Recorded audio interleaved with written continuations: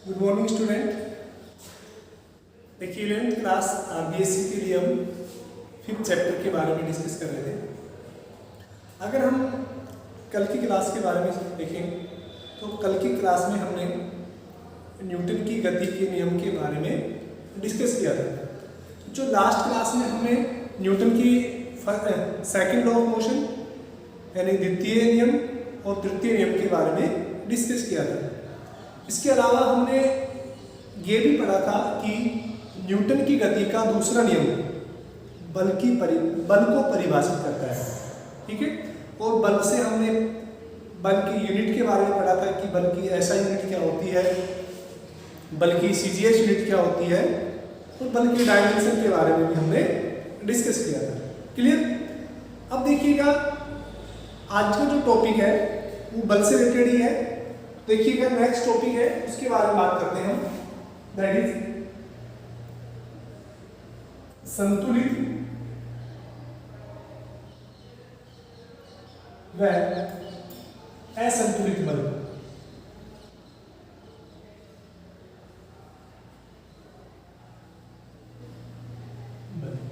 ठीक है, यानी संतुलित व असंतुलित बल,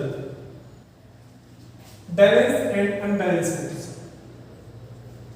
देखिए बच्चों, बैलेंस का मीन्स क्या होता है? कोई भी चीज बैलेंस है। जैसे अगर मैं इसको बोलता हूं कि ये पेन है, मेरे हाथ के ऊपर बैलेंस है, यानी इसके ऊपर कुछ फोर्स लग रहा होगा, एक जो इसका एनजी है नीचे की ओर, एक रिएक्शन फोर्स है आर ऊपर की ओर। अगर दोनों फोर्स बराबर है उस केस में वस्तु क्या है? स्थिर अवस्था में है। बल तो लग रहे हैं लेकिन सारे बलों का जो योग है वो कितना है? शून्य है। उसको हम क्या बोलते हैं? संतुलित बल। अगर संतुलित बल है तो आपको पता है कि उसके ऊपर, जैसे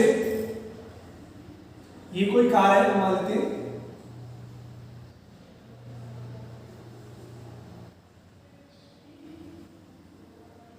अगर कोई भी पर्सन इसको 5 न्यूटन बल से इधर खींच रहा है, कितने? 5 न्यूटन बल से इधर खींच रहा है, तो ये कार इधर की तरफ मूव करना स्टार्ट कर देगी। क्लियर। अगर कोई भी कार है, दूसरा पर्सन है, वो इसको इधर 10 न्यूटन से खींचना स्टार्ट कर देता है। कितने न्यूटन फोर्स से? 10 न्यूटन फोर्स से इस डायरेक्शन में खींचना स्टार्ट कर देता है। ये भी खींच रहा है लेकिन रिजल्टेंट फोर्स है वो इस डायरेक्शन में है, यानी वो कार है वो इस डायरेक्शन में मूव करना स्टार्ट कर देगी। क्लियर। अब देखिएगा थर्ड केस क्या करते हैं हम कि इस कार को हम 5 न्यूटन के बल से इधर खींचते हैं और 5 न्यूटन के बल से इधर खींचते हैं।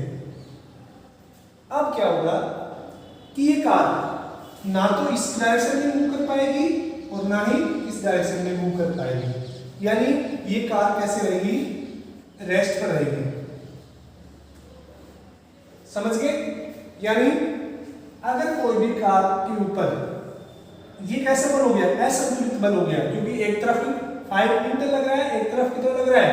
10 न्यूटन। ठीक है, तो असंतुलित बल है ये।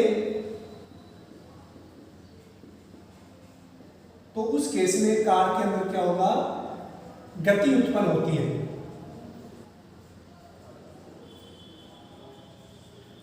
लेकिन अगर कार के ऊपर संतुलित बल लग रहा है,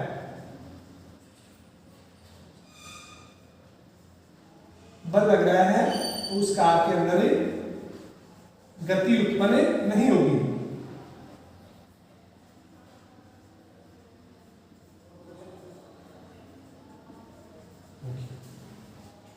समझ गए बच्चों? यानी संतुलित और असंतुलित बल वस्तु के अंदर गति को उत्पन्न करते हैं, ठीक है, या नहीं करते हैं, इसके बारे में हम बात करेंगे। ठीक है, तो देखिएगा पहला टॉपिक है आज हमारा संतुलित बल।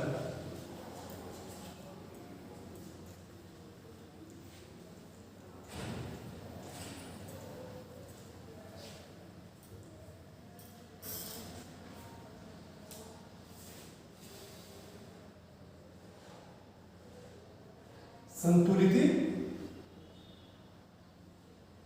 बल यानी बैलेंस फोर्स।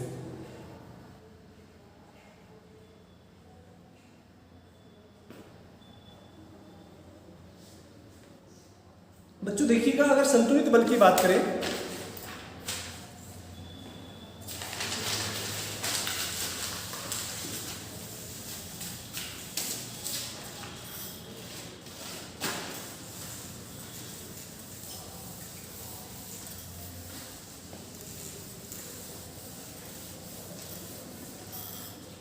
यानी दो या दो से अधिक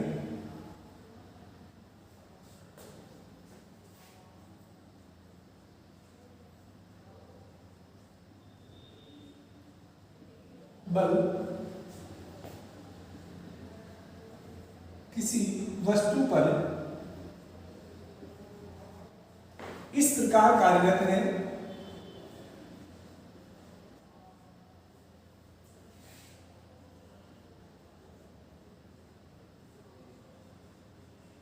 कि वस्तु पर लगने वाला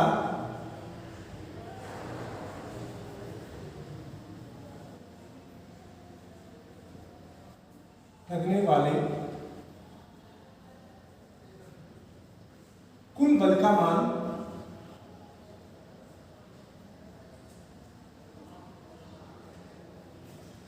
शून्य हो जाता है,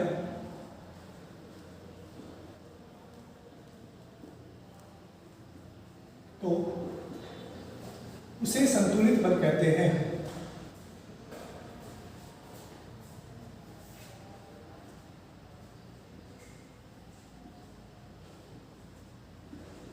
बल कहते हैं यानी दो या दो से अधिक बल किसी वस्तु पर इस प्रकार कार्य दो कि वस्तु पर लगने वाले कुल बल का मान शून्य हो जाता है, उसको हम क्या बोलते हैं? संतुलित बल बोलते हैं। जैसे कि एक वस्तु है, ये वस्तु है, इसके ऊपर इधर से लग रहा है 5 न्यूटन, इधर से लग रहा है 5 न्यूटन, इधर से मान लेते हैं 2 न्यूटन और इधर से कितना लग रहा है 2 न्यूटन। यानी दो या दो से अधिक बल लग रहे हैं, लेकिन अगर हम देखें ये दोनों बल 5 न्यूटन और 5 न्यूटन ये एक दूसरे के विपरीत दिशा में लग रहे हैं, तो ये एक दूसरे को क्या कर देंगे? कैंसिल कर देंगे। ठीक है, इसी प्रकार अगर हम ये 2 न्यूटन और 2 न्यूटन की बात करें तो ये बल एक दूसरे के विपरीत दिशा में लग रहे हैं और समान परिमाण के होने की वजह से ये भी क्या कर देंगे? एक दूसरे को कैंसिल कर देंगे। क्लियर? यानी इस वस्तु के ऊपर दो या दो से अधिक बल लग रहे हैं, लेकिन जो परिणामी बल है यानी सभी बलों का योग है वो कितना है? शून्य है, तो उसको हम क्या बोलेंगे? संतुलित बल। ठीक है ना? तो समझ गए होंगे, इसी एग्जांपल लिख लीजिए, संतुलित बल कहते हैं। ठीक है, अब देखिएगा संतुलित बल की अगर कुछ बात प्रॉपर्टी के बारे में बात करें, ठीक है, तो संतुलित बल बल की अवस्था में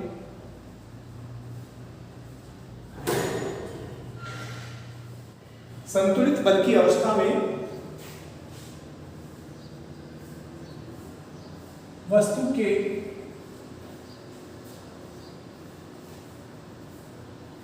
वेग में कोई परिवर्तन नहीं होता।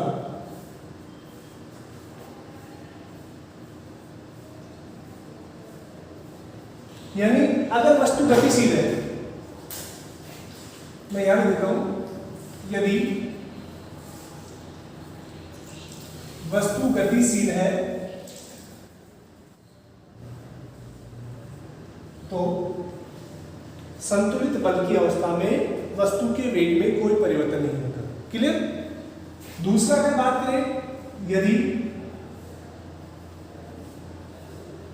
वस्तु स्थिर है तो संतुलन बल की अवस्था में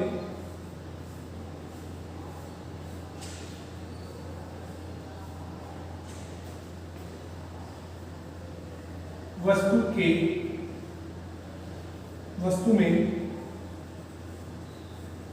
कोई गति उत्पन्न नहीं होती।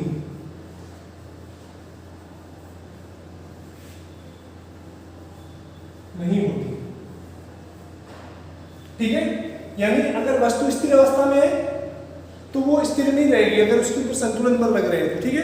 अगर वो गतिशील अवस्था में है तो गतिशील नहीं रहेगी, उसके ऊपर कोई भी बल का प्रभाव नहीं पड़ेगा, ठीक है।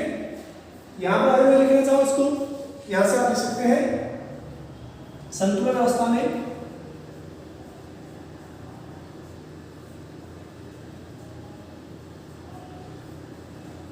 संतुलन अवस्था में यानी सभी बलों का योग 0 हो जाएगा, यानी F1 प्लस F2 प्लस इस तरह से Fn वो कितना हो जाएगा 0, या फिर अगर हम बात करें Fi i इक्वल टू 1 से लेके और n तक वो कितना हो जाएगा 0।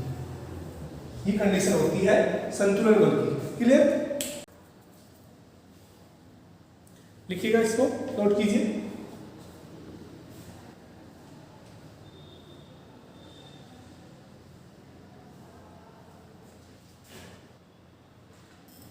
निकाल इसको।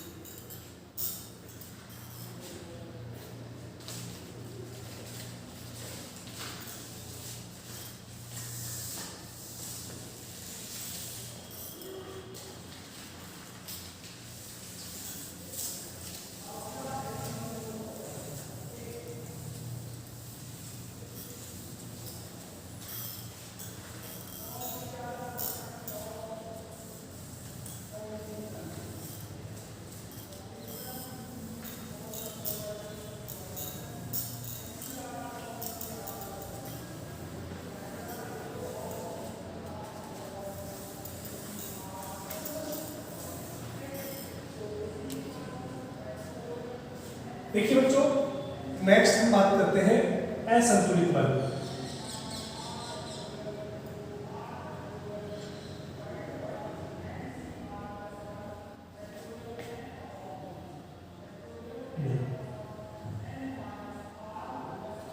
बच्चों असंतुलित बल क्या होता है, यानी किसी भी वस्तु पर 2 या 2 से अधिक बल इस प्रकार लगे कि उसका परिमाणी बल है वो शून्य नहीं हो, उसको हम क्या बोलते हैं असंतुलित बल। अब असंतुलित बल की अवस्था में वस्तु के अंदर हमेशा वेग उत्पन्न होगा, या फिर हम बोल सकते हैं इसके अंदर त्वरण उत्पन्न होगा। क्लियर? अब वो त्वरण धनात्मक भी हो सकता है और ऋणात्मक भी, ठीक है। तो देखिएगा, असंतुलित बल की बात करें तो यदि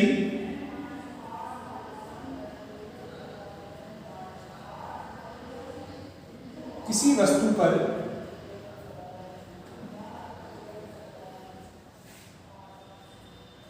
दो या 2 से अधिक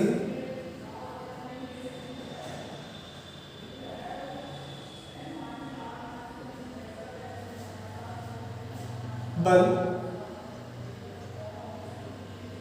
इस प्रकार कार्यरत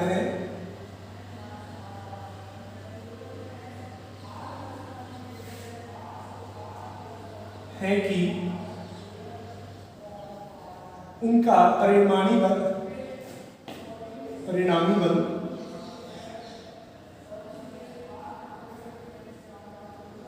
शून्य नहीं हो,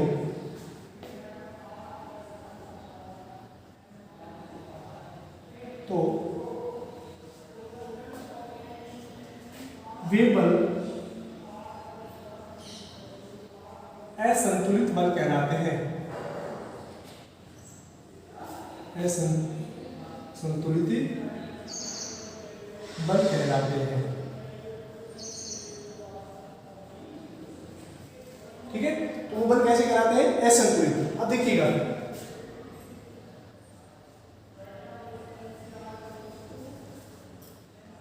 तो समझिए अगर किसी वस्तु पर 2 या 2 से अधिक बल लगे हों, अगर वो उनका परिणामी बल शून्य नहीं है तो उसको क्या बोलते हैं हम असंतुलित बल। जैसे कि अतः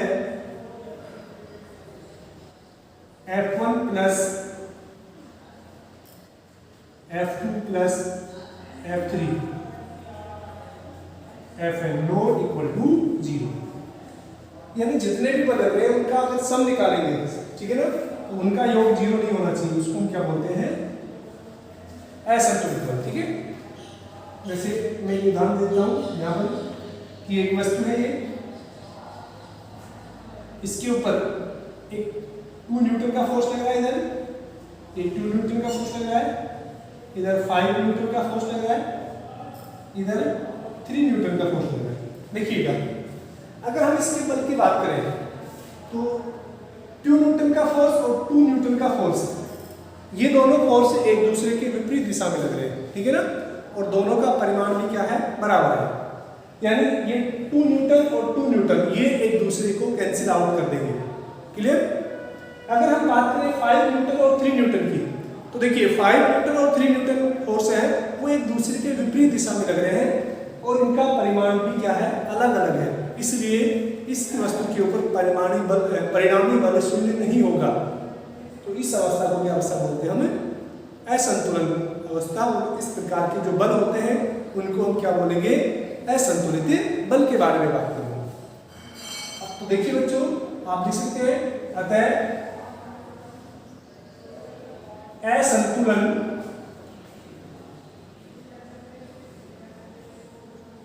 बल, अतः असंतुलन बल की अवस्था में वस्तु पर वस्तु के वेग तथा स्थिति में परिवर्तन होता है।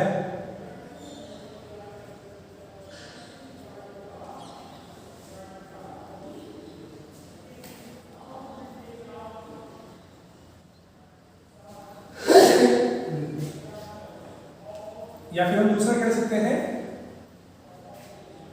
अतः असंतुलन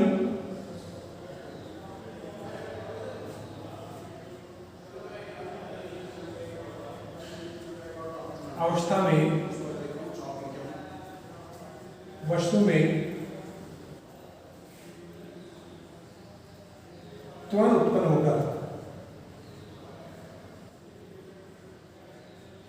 ठीक है, तो हमेशा जो असंतुलित बल है उस अवस्था में क्या होगा वस्तु के अंदर अवस्था में परिवर्तन होगा, यानी अगर वो गतिशील है तो उसके ऊपर यदि असंतुलित बल लग रहे हैं तो वो स्थिर अवस्था में आ जाएगी या उसकी गति बढ़ भी सकती है या कम भी हो सकती है, ऐसे बोल सकते हैं हम। अगर वस्तु स्थिर अवस्था में है तो असंतुलित अवस्था के लिए असंतुलित बल के लिए उसके अंदर गति भी उत्पन्न हो सकती है। ठीक है, तो बच्चों ये कॉन्सेप्ट था किसके लिए असंतुलित बल के लिए, यानी जो कुल बल है वो 0 नहीं होगा, यानी वस्तु के ऊपर कुछ ना कुछ बल लगेगा। अब कुछ ना कुछ बल लग रहा है इसका मतलब क्या हो गया कि वस्तु के ऊपर त्वरण क्या है वो उत्पन्न होगा। क्लियर बच्चों। आज अब देखिएगा नेक्स्ट टॉपिक हम बात करते हैं, इसको नोट कीजिए पॉज करके।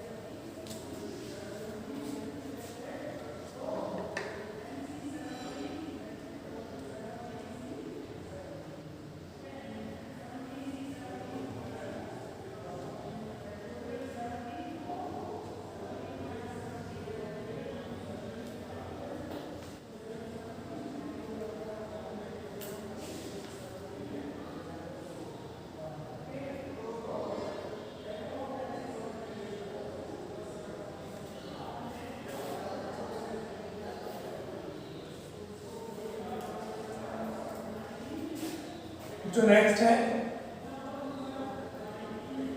लामी प्रमेय।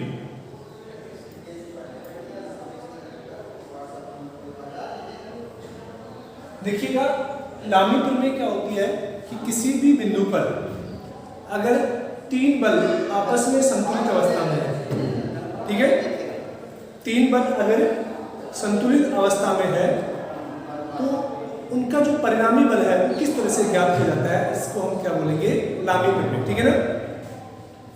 तो देखिएगा लामी प्रमेय क्या है, यदि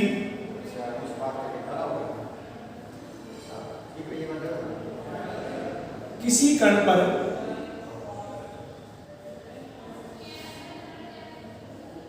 तीन बल F1, F2 व F3 संतुलन अवस्था में है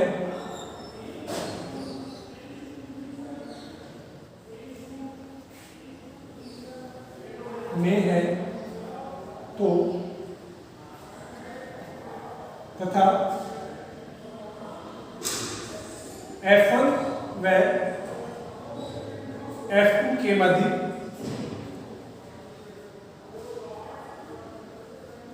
कोण गामा है, F2 व F3 के मध्य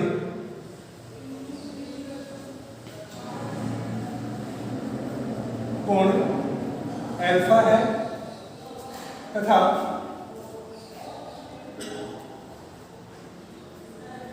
F3 व F1 के मध्य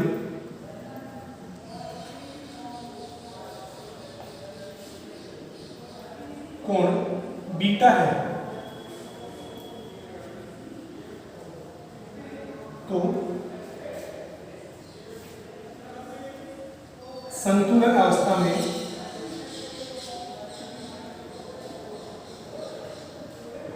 देखिएगा अगर ये कोई कण है,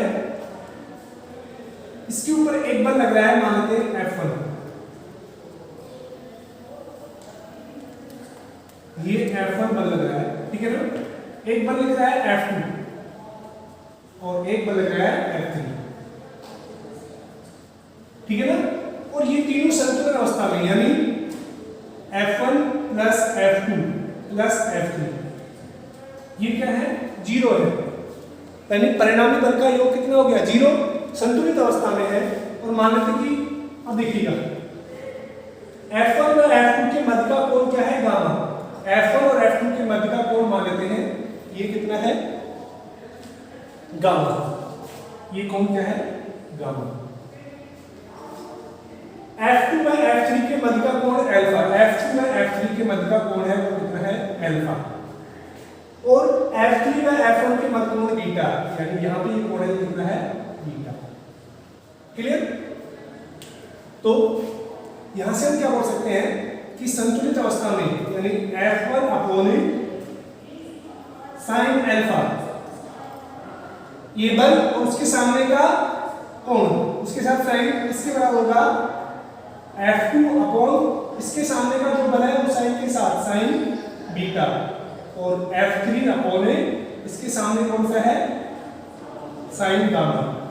तो ये क्या होती है, लामी थ्योरम का स्टेटमेंट। लामी थ्योरम तीन बलों के लिए अगर वो बल संतुलित अवस्था में है F1, F2 और F3 तो उस केस में क्या होगा, F1 अपॉन साइन अल्फा, यानी F1 और उसके सामने वाला कोण, ठीक है, उसके साइन F2 और उसके सामने का कोण बीटा और F3 उसके सामने का कोण गामा, ठीक है। तो ये क्या होते हैं कि कोई किसी भी बल की संतुलित अवस्था में रिजल्टेंट को लामी थ्योरम के द्वारा दर्शाया जाता है, ठीक है। आज के लिए इतना ही, इसको साथ साथ नोट करते रहना, अगर कोई प्रॉब्लम आती है उसको पूछ सकते हो। Thank you.